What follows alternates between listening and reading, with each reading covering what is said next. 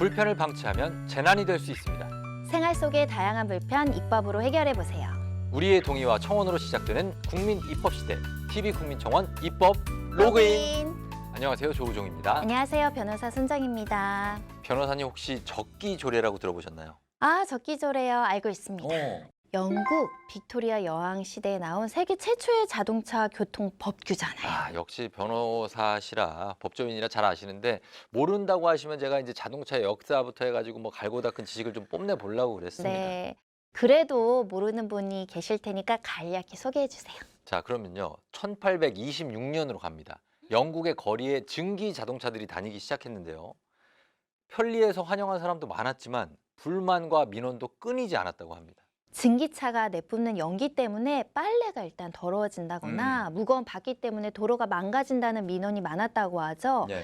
물론 마차 사고보다 훨씬 위험한 교통사고도 문제였습니다. 그래서 1865년에 영국 의회가 적기조례라는 교통법규를 만들어서 공포하는데요. 여기서 적기는 레드 플래그입니다. 즉 붉은 깃발을 의미하는 건데 이게 왜 붉은 깃발 조례냐? 신호등 대신에 뭐 붉은 기 올려 파란 기 내려 파란 기 올리지 말고 붉은 기 내려 뭐 이게 아니고요. 바로 증기 자동차를 운행할 때는 언제나 붉은 기를 든 기수가 차보다 앞서 달리면서 깃발을 흔들어서 여기 증기 자동차 지나가요라고 경고를 하도록 규정한 법입니다. 자동차보다 깃발을 든 사람이 앞서가야 했으니까 네. 당연히 운행 속도가 굉장히 느렸겠죠. 그렇죠. 실제 적기조례는 도심에서 증기 자동차의 속도를 시속 3km 이하로 제한했다고 합니다. 자, 잠깐만요. 시속 3km. 이 정도면은 어느 정도 속도죠? 대한보건협회가 권장하는 성인의 보통 걷기 속도가 시속 4km거든요. 그러면은 보통 사람 걸음보다 느린 자동차 하면 이게 이동수단으로서 의미가 없는 거 아닙니까? 증기자동차라는 새로운 문명에 적응하지 못해서 그 기술의 발전을 방해하는 법을 만들고 만 것인데요. 아하. 그래서 지금도 적기조례는 과도한 규제의 대표적인 예로 해자되고 있습니다. 예, 이렇게 새로운 문명이 등장하면 전에 없던 편리함을 누릴 수도 있지만 또 새로운 사고나 불편이 생기기도 하죠. 그래서 개선을 요구했더니 아직은 관련법이 없다라는 이야기를 들으면 좀 답답해지는데요.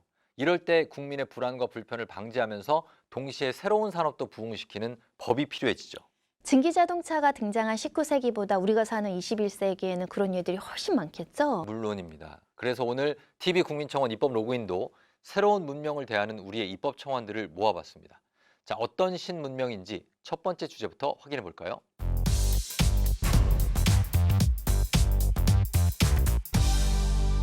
첫 번째 주제, 두 바퀴는 출입 금지. 변호사님, 이 두 바퀴의 정체 뭘까요? 일단 자전거, 오토바이 정도이지 않을까요? 근데 왜 출입금지인지는 모르겠고 자전거는 물론이고 오토바이는 이제 배달 산업의 중심 아닐까요? 자전거, 오토바이 확실히 아닙니다. 오늘의 주제가 우리 시대 신문물과 관련됐다는 걸 생각해 보면 두 바퀴의 정체 여러분 짐작하실 수 있을 텐데요. 관련된 청원을 몇 가지 소개해 드릴 겁니다. 먼저 현행 도로교통법이 개정되기 이전에 작성된 청원들부터 알아보겠습니다. 천변 산책로에서 전동 킥보드 운행을 금지해 주세요. 안양천 산책로 자전거 도로에 고속으로 달리는 전동 킥보드가 수시로 보입니다. 이 산책로는 수많은 주민들이 자전거를 타거나 걸어서 이용하는 곳이며 어린아이들도 상당수 다니는 곳입니다. 그런데 요즘 오후 5시에서 8시 사이에 고속으로 달리는 전동 킥보드가 자주 출몰합니다. 산책이나 조깅을 하는 사람들은 생명의 위협을 느낄 정도입니다. 자칫 큰 사고를 유발할 수 있으니 집중 단속해 주시기 바랍니다. 천변 산책로에서 전동 킥보드 운행을 단속해달라는 청원이었습니다. 두 바퀴 정체는 전동 킥보드였군요. 요즘 맞아요. 정말 많이들 타시는데 당연히 많이 이용하시니까 민원도 많고요. 사고 뉴스도 종종 보이고요. 저도 방금 소개해 주신 것과 비슷한 청원을 몇 가지 찾았는데요. 소개해 드릴게요. 지하철 안에서 전동 킥보드를 단속해 주세요. 자전거는 주말에만 지하철에 탈 수 있도록 정해져 있지만 전동 킥보드는 명확한 규정이 없는 것으로 알고 있습니다. 전동 킥보드는 크기도 상당하여 특히 출퇴근 시간대의 통행에 큰 불편을 야기합니다. 최근 몇 년 사이에 이 킥보드는 너무나 많고 그리고 전동 휠이나 전기 자전거처럼 전기로 움직이고 또 혼자서 이동할 수 있는 그런 이동 장치들이 늘어나고 있는데 이런 탈 것들을 통칭해서 개인형 이동 장치 또는 영어로 퍼스널 모빌리티를 줄여서 PM이라고 부르기도 하죠. 네, 출퇴근으로 이용하는 사람들이 많다 보니까 자연스럽게 인도나 골목길에서 운행하는 경우도 많고요. 사고나 불만도 함께 늘어나고 있는데요. 개인형 이동장치로 인한 교통사고는 2017년 117건에서 2021년에는 1735건으로 5년 동안 무려 15배 정도 가파르게 증가했습니다. 그래서 개인형 이동장치 사고와 관련해서 정말 안타까운 사연과 청원도 많은데요. 제가 한 가지 소개해드리겠습니다. 전동 킥보드로 인해 제 인생의 절반을 잃었습니다. 제 아내가 횡단보도를 건너다 달려오는 전동 킥보드에 치이는 사고를 당했습니다. 사고로 아내는 두개골이 파손되고 뇌를 다쳤는데 수술을 마치고 나온 의사는 저에게 정말 전동 킥보드하고 충돌한 게 맞아요? 어떻게 사람이 이렇게 다칠 수가 있죠? 라고 묻기도 했습니다. 어제 제 아내의 장례를 치렀습니다. 혼수 상태로 중환자실에 있는 20일 동안 혹시라도 깨어날까 바라보고 기도했지만 아무런 반응도 없다가 눈물 한 방울 흘리고 세상을 떠났습니다. 묻고 싶습니다. 어떻게 전동 킥보드를 무면허 무보험으로 운행할 수 있습니까? 매체에서 위험성에 관한 기사를 몇 번 본 적이 있지만 딴 세상 이야기처럼 흘려들은 것이 저에게 현실로 나타나자 꿈인지 현실인지 구분도 안 되고 괴롭습니다. 자, 이렇게 정말 안타까운 사연을 올려주셨습니다. 사실 현행 도로교통법에 총 중량 30kg 미만, 최고 속도 시속 25km 이하의 이동장치를 개인형 이동장치로 규정하고 있는데요. 자동차나 오토바이보다는 훨씬 작고 느리지만 지금 소개해드린 사례처럼 불의의 사고가 일어나면 사람의 목숨을 앗아갈 수도 있다는 사실을 잊지 말아야 되겠습니다. 방금 소개해 주신 사고는 2018년에 발생했는데요. 네. 당시에는 우리 법에 개인형 이동장치라는 개념조차 정해지지 않았었거든요.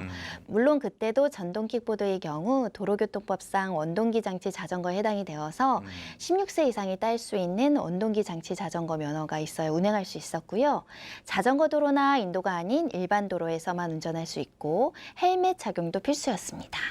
하지만 이 사건의 가해자는 무면허였다고 하고요. 어떻게 원동기 면허가 없는데 전동 킥보드를 탈 수 있었을까요? 전동 킥보드는 대여해서 타는 사람이 많잖아요. 그마저 스마트폰 어플을 이용해서 비대면으로 대여하는 게 대부분이거든요. 맞아요. 그러다 보니까 이 대여 어플의 면허나 나이를 정확하게 체크하지 않아도 됐던 거죠. 게다가 전동 킥보드는 보험 사각지대여서 무면허, 무보험 상태로 사고를 낸 거죠. 자동차만큼 위험하지만 자동차라면 불가능했을 무면허 무보험 운전이 너무나 쉽게 가능했던 거군요. 이렇게 새로운 문물이 등장했는데 그에 관해 정확한 법이 없으면 여러 가지 문제가 발생하게 되는데요. 직접 개인형 이동장치를 이용하는 사람들도 규정이 없어 불편하기 마찬가지였습니다. 도입이 돼서 운행이 된 것은 한 2000년대 초반부터 사회에서 운행이 되기 시작했는데요.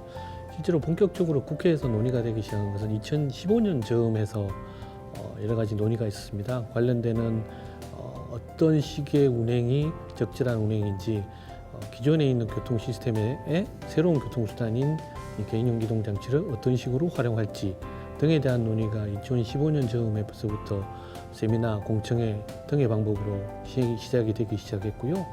실제 입법으로 이루어진 건 2015년부터 쭉 논의가 돼서 2020년에 들어서서 도로교통법, 자전거 이용 활성화법에 개인형 이동장치가 포함되면서 입법이 시작되었습니다. 자, 그와 관련된 이야기는 다음 코너에서 이어가겠습니다.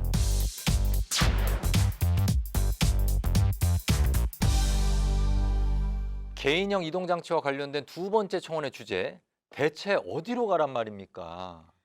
굉장히 답답하고 절실한 마음이 느껴지는데요. 네. 아마 개인형 이동장치 이용자의 청원인 모양입니다. 맞습니다. 역시 현행 도로교통법으로 개정되기 이전의 청원들인데요. 몇 가지 비슷한 내용들을 묶어서 소개해드리겠습니다. 전동 킥보드를 이용해 출퇴근하는 시민입니다. 저는 대체 어떤 길을 이용해야 합니까? 전동 킥보드는 평균 25km 이하의 속도로 도로에서만 탈 수 있는데 오토바이나 자동차보다 현저히 느리기 때문에 너무 위험합니다. 도로에 나가면 자동차들이 몰아붙이고 심지어 도로에 나오지 말라며 욕설을 퍼붓습니다. 그런데 자전거 도로나 인도를 이용하면 자전거 이용자나 보행자들이 위험하다며 불법이라고 단속합니다. 관련 법규의 미비로 개인형 이동장치의 사용자들이 불안해하고 있습니다. 어디를 보면 면허 없어도 된다는데 또 어디를 보면 면허는 필수라고 합니다. 그런데 길을 걷다 보면 면허를 땄을 리 없는 어린 학생들도 성인용 전동 킥보드를 타고 다닙니다.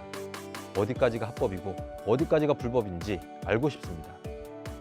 네, 정말 살아있는 사연입니다. 저는 대체 어떤 길을 이용해야 합니까? 라는 문장이 모든 것을 함축하고 있는데, 사실 제가 볼 때도 길에서 제가 운전을 할 때는 전동 킥보드가 길에 지나가면 이렇게 차도로 다니면 어떻게 위험하게, 이러다가 또 인도에서 걸어 다닐 때 지나가면 아니 이러다가 사람 다치겠네, 인도로 다니면 어떡해, 갈 데가 없어요. 변호사님이 앞서 소개해 주신 것처럼 이 도로교통법에 개인형 이동장치라는 개념이 확정되기 전에는 원동기 장치 자전거로 분류됐고, 그런데 그런 규정에 문제가 있었던 모양입니다. 네, 당시 이용자들이 가장 많이 호소한 불편은 자전거 도로를 이용할 수 없다는 점이었는데요. 엔진이 장착된 오토바이나 스쿠터처럼 도로를 이용해야 하는데 현실적으로는 아무리 오른쪽 끝 차선만 이용한다고 하더라도 위험해요. 시속 25km 이하의 전동 킥보드를 타고 자동차들과 함께 달리는 건 좀 위험하다는 거죠. 그럼요. 사실 자전거도 자전거 전용 도로가 없는 곳에서는 인도가 아닌 도로에서 주행하도록 돼 있는데, 사실 어지간히 능숙한 이용자 아니면 선뜻 도로에서 차들 사이로 막 자전거 달리기가 좀 꺼려지거든요. 전동 킥보드 이용자도 자전거 이용자처럼 온몸이 노출된 상태에서 저속으로 달리니까 이 불안감을 느끼는 거죠. 네, 개인형 이동 장치를 이용하는 사람이나 이용하지 않는 사람이나 모두 불편을 느끼는 상황이 계속되니까요. 국회도 서둘러 법 개정에 나섰는데 그 내용은 제가 소개해드리겠습니다. 지난 2020년 전동 킥보드와 관련해 도로교통법이 모두 2차례나 개정됩니다. 먼저 2020년 5월 개정안에는 개인형 이동장치 관련 산업을 활성화하는 내용이 주를 이루었는데요. 무엇보다 기존의 원동기 장치 자전거로 분류했던 전동 킥보드와 기타 새로운 탈 것들을 개인형 이동장치로 새롭게 규정했다는 데 첫 번째 의미가 있습니다. 그 해당 법 개정은 개인형 이동 장치에 대한 사회적 기술적 변화를 법률에 반영하고 스마트 모빌리티 산업 발전을 도모하기 위해서 법 개정이 되었습니다. 이전에는 원동기 장치 자전거, 쉽게 말하면 오토바이로 분류되던 전동 킥보드를 이제 자전거와 동일한 안전 규제를 적용받는 교통수단으로 이제 제보를 하게 되었는데요. 새롭게 규정된 개인형 이동장치는 자전거와 동일한 안전규제를 적용받게 됐는데요. 이에 따라 자전거 도로 이용이 가능해졌고 최소 원동기 운전면허 이상을 보유해야 가능했던 기준을 없애고 보호장비 착용 역시 의무에서 권고로 완화됩니다.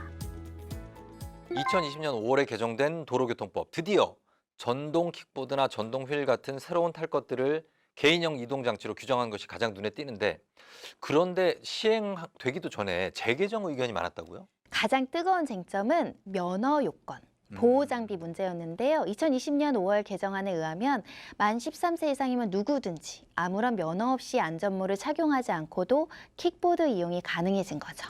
그래서 그때 이 개정안을 다시 개정해야 한다는 청원이 정말 많았는데, 주요 내용들 제가 소개해 드리겠습니다. 13세 이상에게 전동 킥보드 사용을 허락한 법안을 취소해 주세요. 말도 안 되는 법안입니다. 25km로 전동 킥보드 타보셨는지요?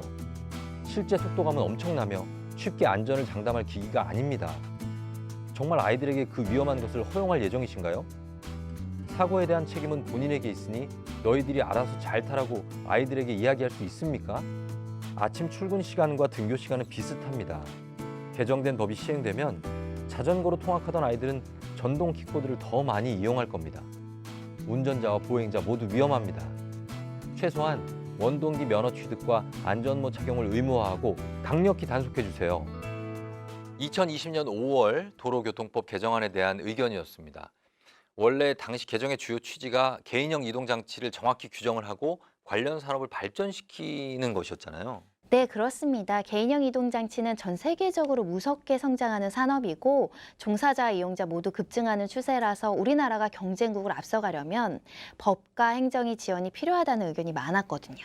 그렇지만 13세 이상이면 탈 수 있다는 이 항목 때문에 사실 우리 아이들의 안전에 대한 우려가 커졌던 거거든요. 결국에 법이 다시 개정이 된 거죠. 네, 7개월 후인 2020년 12월에 도로교통법이 다시 개정되는데요. 내용을 소개해 드릴게요. 완화된 규제에 대해서 논란이 이제 커지게 되면서 전동 킥보드 안전을 이제 재강화하기 위해서 이제 도로교통법 개정이 이제 이루어지게 되었습니다. 이제 그 주요 내용을 말씀드리면은 그 원동기 면허 이상의 면허 보유와 그리고 그 안전모 착용 등과 관련된 이제 안전 규제를 이제 복원했고요. 그리고 추가적으로 이제 2인 이상 그 전동 킥보드 탑승 금지라는 조항이 이제 추가되었습니다. 최소 16세의 원동기 면허 이상을 취득해야 전동 킥보드를 이용할 수 있고 2인 이상 탑승을 금지하는 한편 안전모를 착용하지 않고 운행하면 범칙금을 내도록 했습니다. 범칙금 내용을 잠깐 정리해보면 무면허 운행을 했을 경우는 20만 원 이하의 범칙금, 16세 이하가 전동 킥보드를 운전하다 적발되면 그 보호자가 20만 원 이하의 과태료를 내야 하고요. 이 밖에도 동승자 탑승, 안전모 미착용, 등하 장치, 그러니까 야간에 조명 없이 달리는 경우에도 모두 20만 원 이하의 범칙금을 내도록 했습니다. 사실 전동 킥보드는 주행 중에도 사고가 일어나지만 아무데나 버려지듯 주차된 경우도 많아서 위험한데요. 이 문제 역시 지자체를 중심으로 단속하는 방안이 마련됐습니다. 무엇보다 음주운전에 대한 처벌이 강화됐는데요. 음주 상태에서 개인형 이동장치를 운전했을 경우 자동차와 동일한 기준으로 과태료와 벌금을 내야 하고 혈중 알코올 농도가 0.03% 이상이면 면허 정지, 0.08 이상이면 면허 취소의 행정처분을 받게 됩니다. 특히 음주운전으로 인해 타인에게 상해를 입히면 특정범죄 가중처벌법이 적용돼서 1년 이상 15년 이하의 징역 또는 1,000만 원 이상 3,000만 원 이하의 벌금형에 처해지게 되는데요. 이 경우 피해자와 합의를 했거나 보험에 가입했다고 하더라도 처벌을 면할 수는 없습니다. 개인형 이동장치 관련 도로교통법 개정안 내용을 정리해 주셨습니다. 자, 정말 이렇게 새로운 이동수단인 만큼 새로 정해야 할 규정이 정말 깨알처럼 많은데 그중에서도 음주운전 관련 처벌이 눈에 띕니다. 이게 자동차 음주운전과 같은 수준으로 처벌한다는데 실제 사례가 있나요? 없으면 좋겠지만 있습니다. 지난해 연말 서울 마포구에서 술을 마신 후 전동 킥보드를 타던 한 남성을 경찰이 적발해서 혈중 알코올 농도를 측정을 했는데요. 그 결과 기준치를 넘어서 해당 남성의 운전면허까지 취소됐습니다. 이 처분이 과하다고 국민권익위에 구제 신청을 했지만 권익위는 정당한 조치였다고 경찰의 손을 들어줬습니다. 그러니까 술 마시고 전동 킥보드 탔다가 당분간 자동차까지 운전할 수 없게 되는 겁니다.